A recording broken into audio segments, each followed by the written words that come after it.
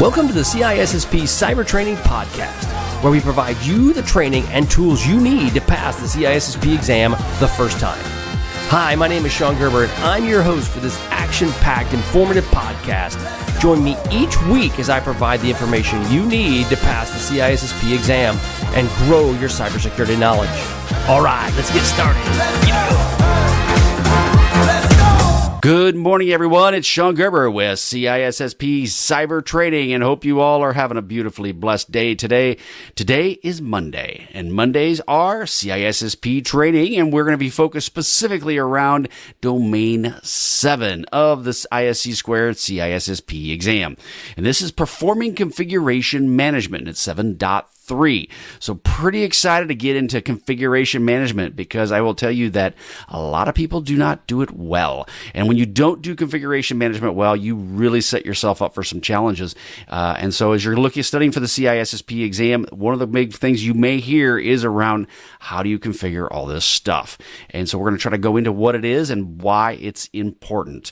But before we do, I wanted to go over an article that I saw today in CSO Magazine. So CSO Magazine had an article that says Chinese hackers target Western diplomats using hard-to-patch Windows shortcut flaw. Now, according to the article, and I've dealt with this before in the past, is it's dealing with .lnk files. Now, a .lnk file, to kind of break it down, is more or less a shortcut, right? So you have an icon on your computer, on the desktop, and then like it says Windows Internet Explorer or whatever it might be, it has a path that targets to a application. In the case of like Internet Explorer, it would be the application Internet Explorer. It clicks on it, you click on it, and then it runs.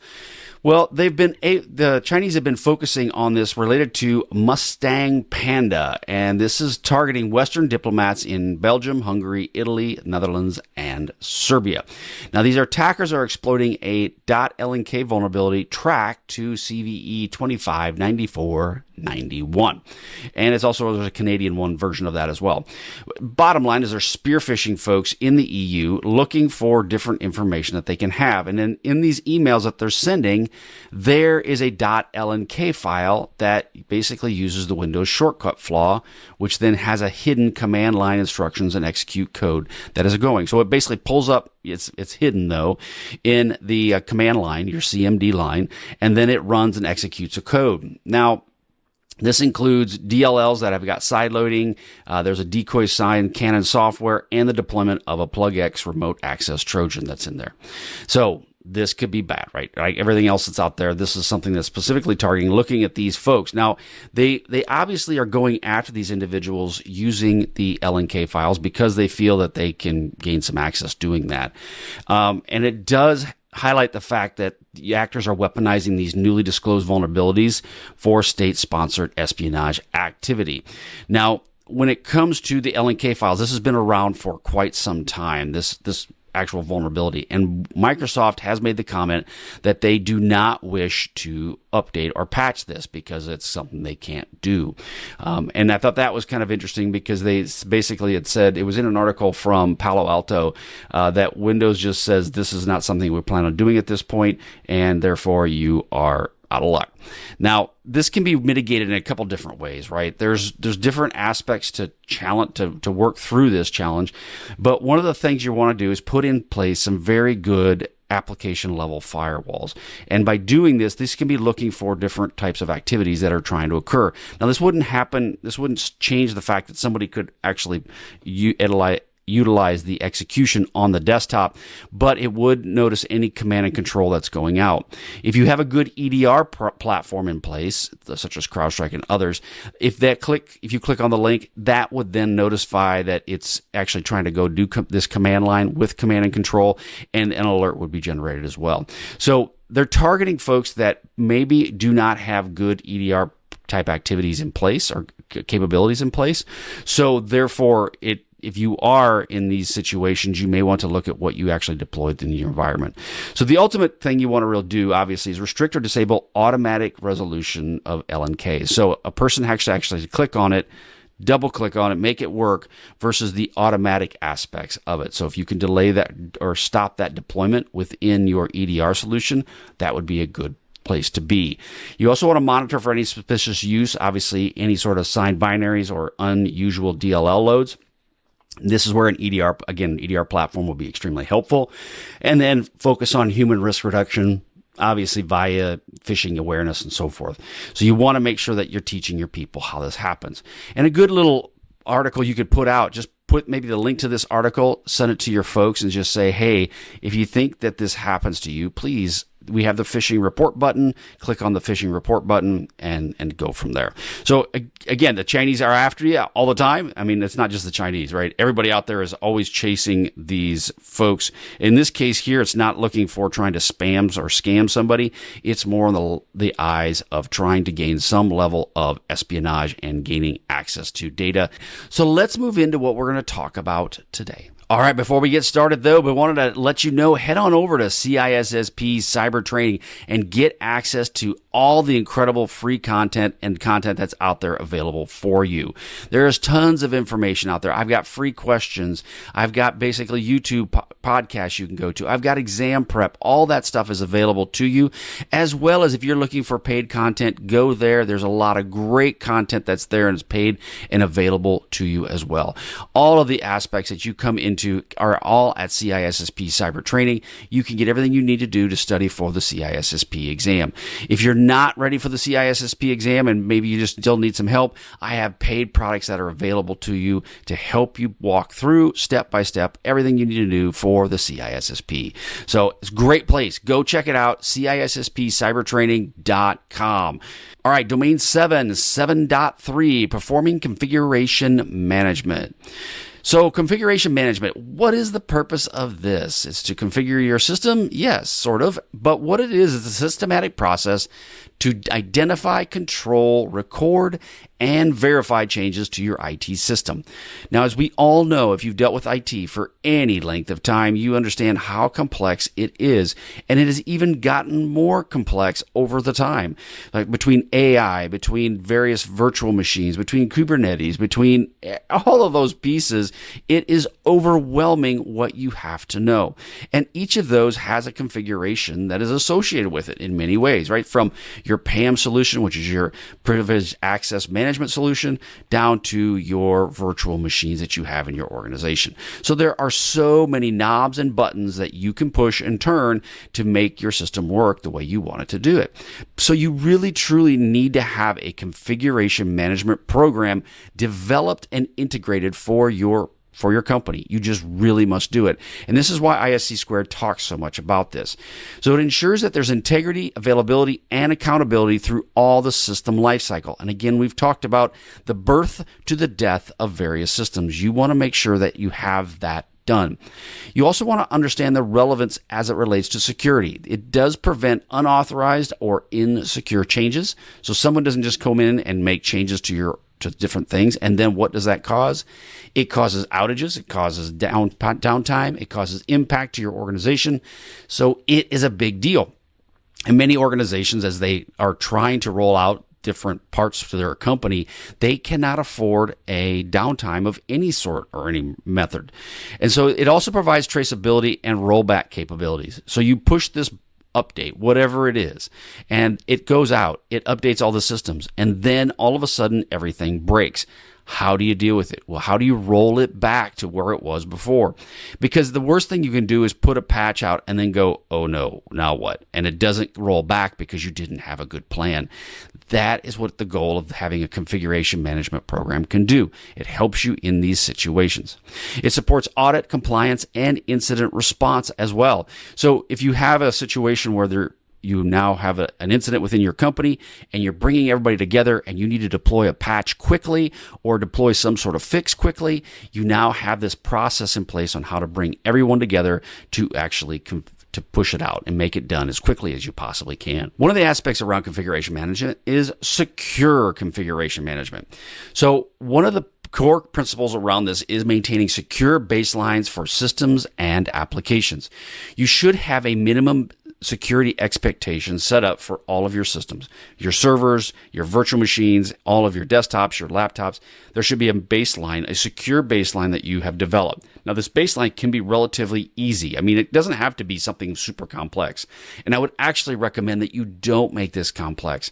You want to make this so it deploys in a way that is secure, but if it's overly complex or verbose or management heavy, then it can actually start breaking stuff as well. I mean, when things don't meet that criteria, you start having exceptions, and then you have a lot of exceptions. So you really want to avoid that as much as you possibly can. And you want to regularly validate the configurations against your security standard, such as your CIS benchmarks, NIST 800-128. You want to make sure that those are out there for you to give you an idea of what good looks like. So you want to measure those or validate those against those various frameworks. You want to apply least privilege and role-based access for any sort of configuration changes. So if there's going to be a configuration change in your enterprise, it shouldn't be the local admin that can do that. It should be somebody that actually has those rights and capabilities for your company. Now, the key activities you can consider is baseline establishment. This is where you document the secure configuration as a reference point. And then you will have various configuration audits that you can complete. And this will help ensure consistency and detect unauthorized deviations within your company. Version control, you need to track and log every change made to these configurations, because obviously when these things happen, you may all of a sudden realize something's bad and you want to roll it back. Well, if you're not controlling the version of the different change, it could be devastating and you wouldn't know which way to go. So version control is important. And you see this a lot. We talk about this in the CISSP, but really it comes down to anything in IT. Attention to detail is imperative. You really, truly need to understand that. And then you utilize some level of automation tools such as Ansible, Chef, or Puppet to help you enforce secure configurations at scale. Now, your organization may not have this at the beginning, and you may want to just start off small. But nonetheless, you want to have the ability to have some level of automation deployed, or to be able to deploy these different configurations to your company. So what are the benefits that occurs? It reduces the attack surface of your organization. So by making sure that there's updates that are happening, it does reduce the overall the attack surface that someone can do, both internally and externally to your company.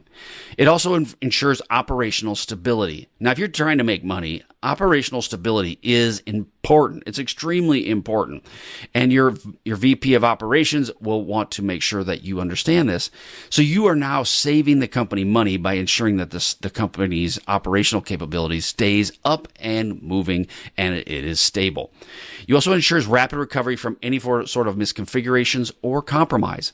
So if you have a situation where there's a ransomware attack that occurs, you now have to rapidly deploy new equipment, or I should say new software, then this change management process will help either, whether it's hardware, software, or any sort of even process that you may have in place. It's going to help dramatically in that overall plan. Now, secure configuration, we talked a little bit about NIST 800-128. This is where you're dealing with security configuration management. And they talk about software-based SCM solutions to help you basically reduce this attack surface through proactive and continuous monitoring. Now, these monitors will monitor the operating system, the application, and the network devices to ensure that they are properly configured. And you'll see there's various software that you can do this, and you want to make sure that this program fits, or these software fits into your overall program. Now, there's regulatory requirements which may require an SCM. Payment card industry of your PCI, DSS, Sarbanes-Oxley, Monetary Authority of Singapore, these all require some level of SCM in their organization or in your organization. So this automated tool is invaluable to them. Now, security configurations consists of 4 potential steps. Asset discovery, you've got to know what you have in your company. From software to hardware, you need to understand this. And we've beaten on this drum many a time within this podcast that asset discovery is an imperative part of what you're doing. You also need to define acceptable security configurations as baselines for each type of device. This ensures security baselines are met to your internal policies that you have developed. So this all builds together. Your policies, your configurations, all of these tie to one another. And manage devices also on a predefined frequency based on the security policy that you have created. So how often do you go and look at these systems? Do you look at them once every 6 months? Do you look at them once a year? Do you look at them once a quarter? You want to make sure that your security configurations have a baseline, and then you are automatically going out and you're checking these baselines to ensure that everything is being configured as planned. Now, one of the aspects you may come back and say is, well, everybody does this. Or, if I set this configuration, the security baseline, I don't need to worry about someone making changes. And do tell, you are correct. However, how often I have seen where something that somebody should not be able to configure, they do, and they configure it to make it easy. And some of the worst people in this situation are the IT folks. Yes, they have the God-right capabilities, and they are trying to work a problem. And what do? They make changes to a system or server to get the problem fixed. And guess what? They don't go back and change back what they did. And they just go, oh, hey, it works. We're good. It works, so we're good. No worries there. Other things you need to consider when you're dealing with configuration management is operating systems, application support, policy flexibility, and scalability. You need to really, truly understand all of these pieces around it. And this is why you cannot just create a configuration management program on whim. You need to have a good plan. But I will tell you, your plan doesn't have to be perfect. It must just be done. And you need to create a plan that you can scale, but you also need to create a plan that you can build upon. So if you all of a sudden you're going, well, hey, I got to build this plan. So let's start. And when you create this monstrosity of a plan that just there's no way you're going to be able to follow it, that is really not the right approach. You need to build out a plan, a configuration management plan that meets your needs at the basic level, and then build upon it. But that's where your iterative process will come into play once every quarter that you go back and you relook at it. So again, you need to plan it smart, plan it small initially, and then build it from there. So when you're looking at some other aspects around this, you need to establish a baselines based on the system and the product structure, functions, and their attributes. So this would be an example would be documenting the initial hardware and software configuration of the server. So again, back to attention to detail. Then you need to manage the changes to these systems to ensure that it have stability and you minimize your overall disruptions. So you need to make sure then what changes are being done to it, to what system. This is an example of this could be approving and implementing security patches for a specific application. So a spreadsheet, many of you I know I've managed so much stuff with spreadsheets. It's just terrible, but a spreadsheet is a really good way to start. However, if your organization's of any size, a spreadsheet is going to real quickly get unmanageable. And this is where the software that you purchase to help you do this is what would be extremely important to you. You also want to have configuration status accounting. This is where you track and report on configuration items, or also known as CIs. So you maintain an inventory of all network devices and their configurations is an incredible part, and you're going to have to do that. And I highly recommend you do that. Don't try not to do it. I think I've beaten that drum enough. Configuration verification and audit. This is also ensures you are compliant with established baselines. And these are really good reports that you can pull to show auditors that, yes, you have a program. Yes, you are following it, and you have documentation associated with it. So configuration verification and audit, again, you want to make sure you have a paper trail to document all these things. And this is where you regularly audit user access permissions that are against the defined security policies you've created. So as you're looking to do change management, there's a process, what we've talked about a little bit here, and what are some of the different key components of this process? Well, one is a change control board. The other one is an emergency change advisory board. And then finally, you have the change request process as a whole. So let's break down each of those into how they actually work. All right, the Change Control Board. Now, the purpose of this is a formal authority to evaluate, approve, or reject change requests. This consists of people from IT, security, operations, risk, compliance, many different aspects. And the purpose of this is this group of people is going to get together and you're going to talk about the change. So let's just say hypothetically, you're going to do an Active Directory change. And you're going to make this change you're putting in a new Active Directory system and you want to do an update and you're making this change within your company. And it's going to cause an outage. Well, operations is going to want to know about this.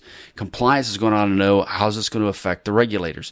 Security is going to want to know how vulnerable are we at this time, and IT is in the process of deploying it. So there's a lot of, and then risk is saying if this doesn't work, what's going to happen to our organization? So all of those folks are involved to help you work through this overall plan. Now, it's imperative that everybody is aligned before you go forward with one of these changes. So you review the impact assessment of what had occurred, such as Active Directory. How is this going to impact your company? Who's going to be affected? You want to ensure alignment with everybody, and the security and the business policies are in place, as well as everybody else. And you want to document the decisions and maintain the audit trail associated with it. Again, attention to detail and documentation. One is to help you roll back if there's issues. Two is if you're hit by a bus, people know what actually occurred. And then three, it comes down to is that if there's some sort of regulatory requirement, that has been addressed and covered as well. You have security integration. This is where you evaluate security implications of each proposed change and then require vulnerability or risk assessments for significant changes. Now, you may not have a risk assessment that is a formal risk assessment for each of these changes. You may have something smaller, but you just determine that during this overall change control board. Now, an emergency change advisory board, this is just as it states. An emergency, something bad has just happened. And this handles urgent, high-priority changes such as zero-day patching, incident mitigation, etc. So if something goes sideways and you're like, oh my gosh, we've got to do something, that's when you would kick in the emergency change advisory board.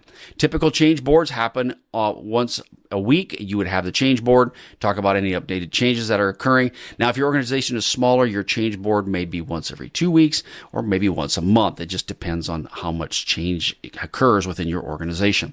But the emergency change board is immediate. If something like this happens, we need to pull everybody together. And this is where incident response really works in well if you have a good documented emergency change advisory board. Now, the characteristics of this is a smaller, agile team authorizing for rapid decision making, and it bypasses standard approval timelines, but requires a post-implementation review. So in the past, you may have to have multiple people sign off on something. The emergency change board has the right to go and just push this out immediately without telling everybody. Well, I should say telling, they'll tell people, but without actually requesting approval to do so. And so you want to have them to have that capability. However, you want to also have the ability that you need to have the ability that they will create a post-implementation review process and documentation on what actually occurred. So some of the best practices around this, you want to document justification for the emergency change. Obviously, you want to make sure who approved it and why did you think you needed to do it. You want to conduct retrospective analysis for compliance and lessons learned. And then you want to reintegrate your emergency changes into your formal change management documentation. So if there's any sort of changes to your emergency process, you want to put that in your documentation that you have. Again, documentation around change management is very, very important. I can't stress it enough. I was always one that kind of liked to fly from the seat of my pants and shoot from the hip. Well, yeah, that doesn't work so well in IT. It can for a short time, and you're getting things done and you're the hero, but then when things start falling apart, then you don't have the documentation to fall back on, and that's not a good place to be. Now, the change request process, how does this work? Now, it's a multi-step process, and so we're going to kind of walk through some of these. One, the change request submission occurs, and this is initiated by an authorized person within your organization. And this includes a description, the rationale, a risk assessment, and a back-out plan.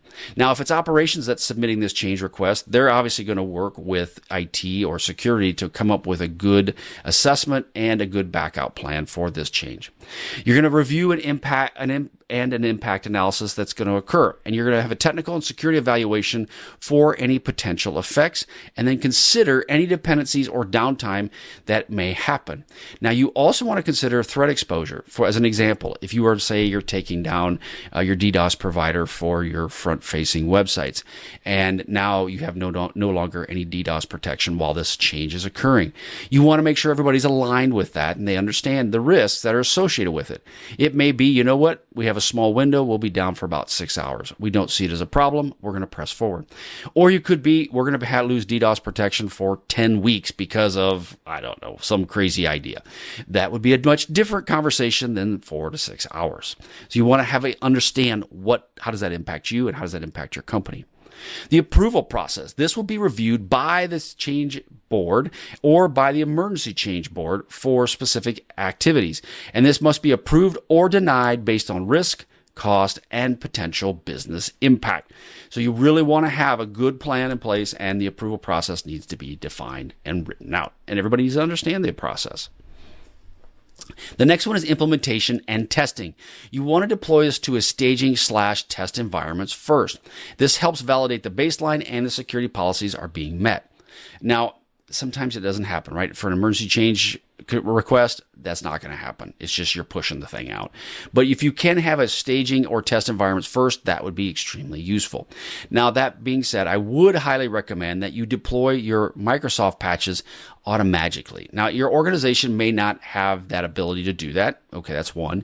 Two, you may not want to do that because of some other sort of application that it might break. That's fair.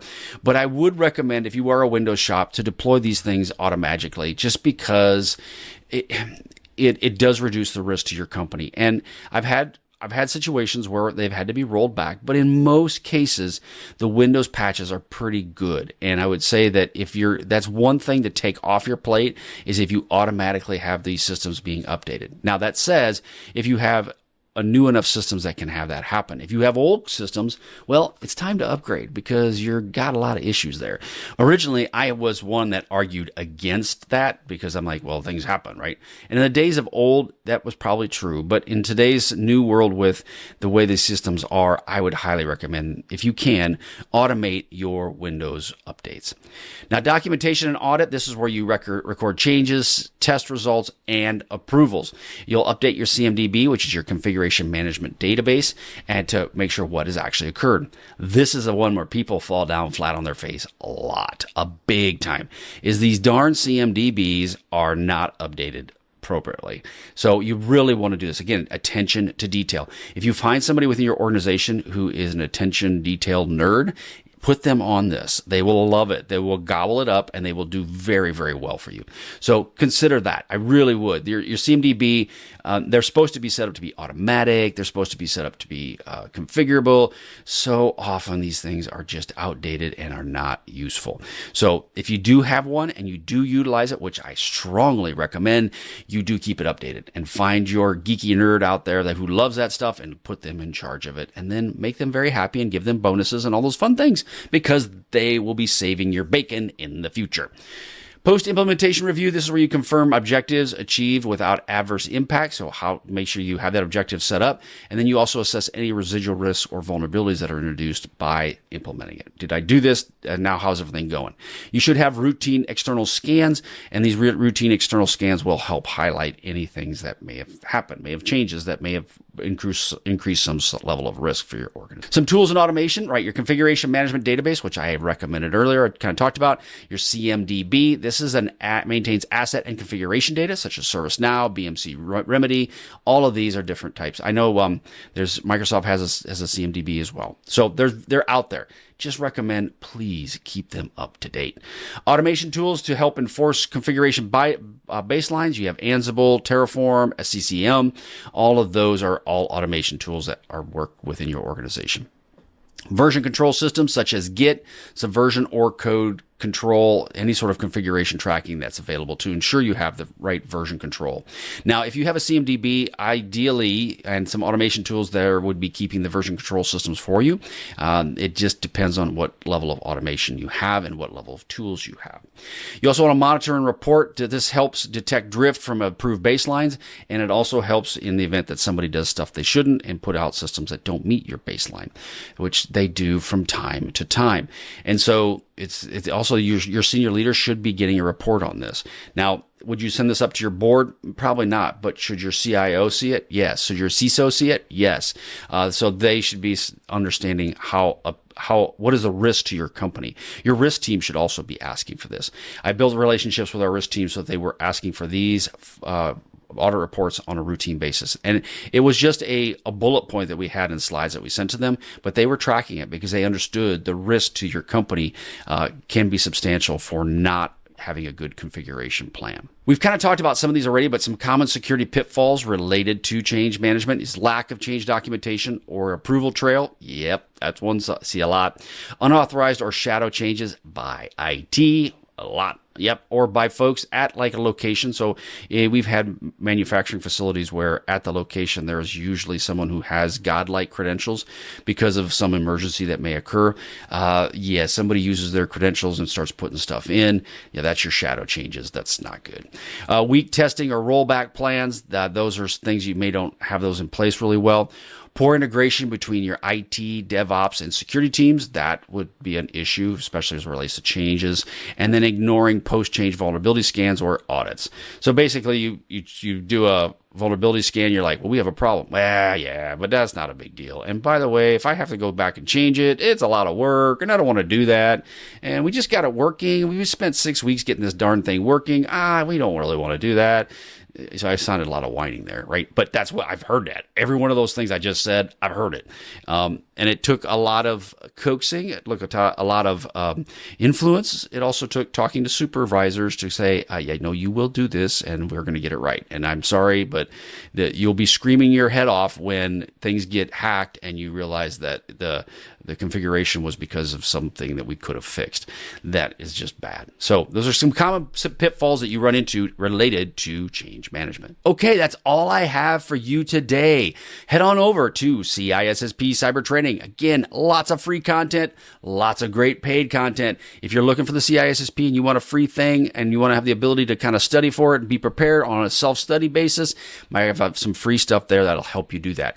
If you truly want to have a step-by-step concierge type process and you ensure that you're studying the right stuff, you want to look at the paid products as well. Again, you can do whatever you want. Self-study, I did it, and it wasn't pretty. I've created some things to help you self-study and make it much easier for yourself. But if you need that little help, you need some guidance, you need some mentorship, all of those are my paid products as well. So you can go to CISSP Cyber Training and head on over to that, and you'll be able to find out what I've got available for you. All right, thank you so very much for today, and I hope you all have a wonderful day. We will catch you all on the flip side. See ya. Thanks so much for joining me today on my podcast. If you like what you heard, please leave a review on iTunes, as I would greatly appreciate your feedback. Also, check out my videos that are on YouTube, and just head to my channel at CISSP Cyber Training, and you will find a plethora or a cornucopia of content to help you pass the CISSP exam the first time. Lastly, head to CISSP Cyber Training and sign up for 360 free CISSP questions to help you in your CISSP journey. Thanks again for listening.